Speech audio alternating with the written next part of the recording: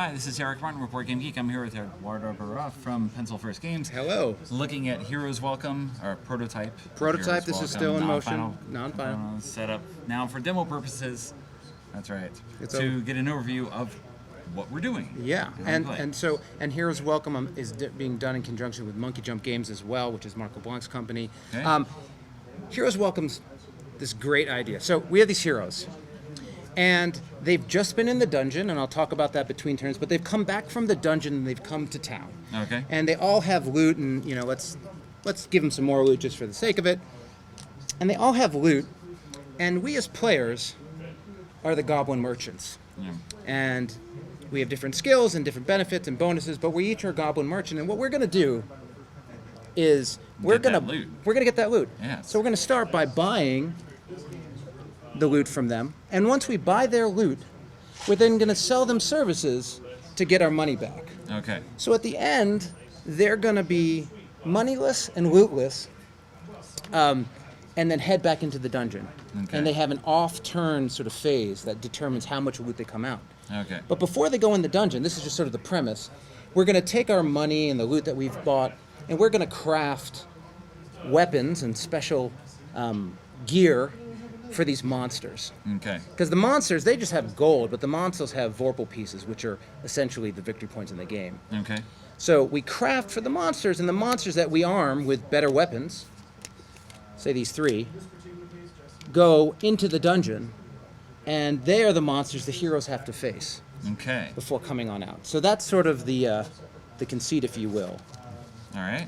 From a play perspective, it's in some ways a reverse action selection game where the heroes are in town, and we're going to take turns sending them to different stores.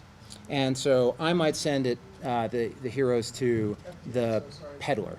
And what the peddler, and when I do that, I'm going to close that shop.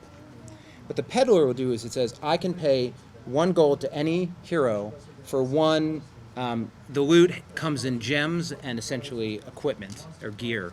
All right. So like helmet or ruby. Okay. So in this case, it lets me do either.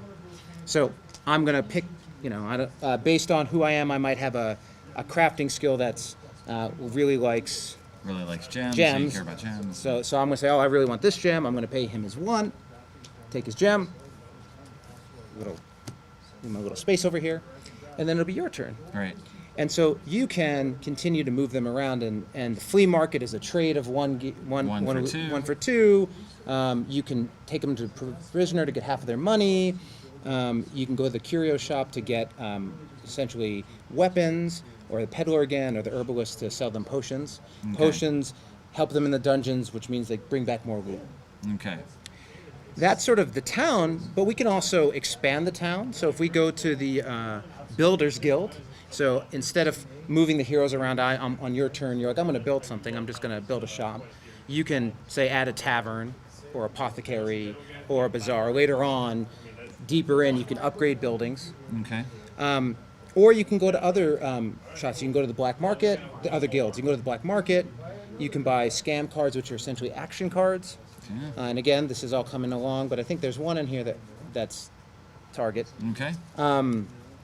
And you can upgrade your skill. So to start, I might have, every goblin can craft something that's there. So this is Schnodd's. If I don't use any green shards, I can make Schnodd's spear or Schnodd's sword or grappling hook or whatever the monster needs. But I can upgrade my skill card so that I can make Schnodd's flaming sword or whatever, and I get bonus points when I make it for the creature. So Okay. generating these resources, and on my turn I could also say go to the workshop and then say, all right, well these aren't exactly in order, but the skeleton warrior really needs a sword made from 2 resources. So if we've been going through this process, paying these guys, I could then craft, and if I can craft for a bonus. So in this case, if I craft with mithril and red shards, because he needs 2, mithrils and red shards, 2 of either, I didn't use the green shards, so I'd get this bonus, Schnodd's sword, so I would get 1, plus I'd get 3 Vorpal pieces and 6 gold. Or if I was able to make it out of just red, I might be able to get another bonus. Okay. If it was 3. So if it was this guy, I could get that Right. bonus.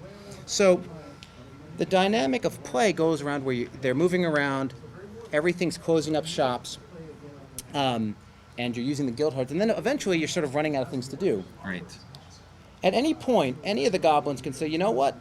Send them back to the dungeon.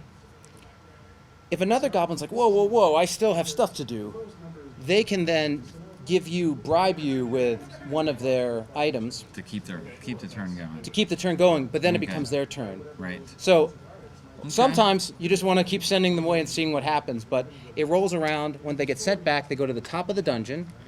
Well, this will happen in a second. First, they kill all the monsters that have been put up there. Okay. On the other side of these discs are the characters. They effectively level up. Typically, they wouldn't go back with that much loot, but we're Right. just demoing.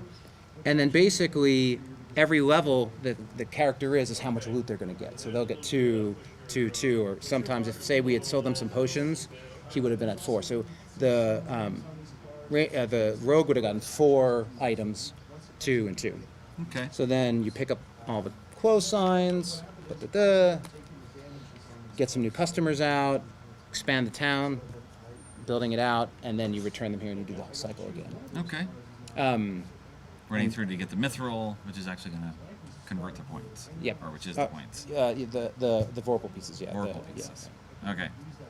All right. But so yeah, it again, it has this nice pace to it where you have a number of interesting decisions, and the sort of reverse of closing down buildings and where the heroes are has an impact. So you sort of every turn you have to have a strategy, but you also need to have that sort of dynamic tactics, being able to sort of be like, well, they're over here now, so what's the optimal thing I'm going to do before moving them around the board and that kind of thing. And the game ends at the bottom. In here is the boss monster all the way Okay. down in there, and when you Well, when you send this cute little creature into this evil monster comes out, it takes a lot to put him into the dungeon, and then everyone gets one last craft for a trinket or an amulet, and then you see who won.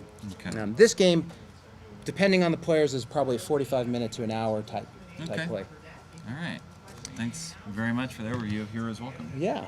And so this is coming to Kickstarter as well. We're going to look at timing exactly as, again, making sure that everything is really tight before going. Right. And the game's really as great as it needs to be. But this is coming along as well, and it will be with Monkey Jump Games and Pencil First that we do it. Okay, sure. Thanks for the overview.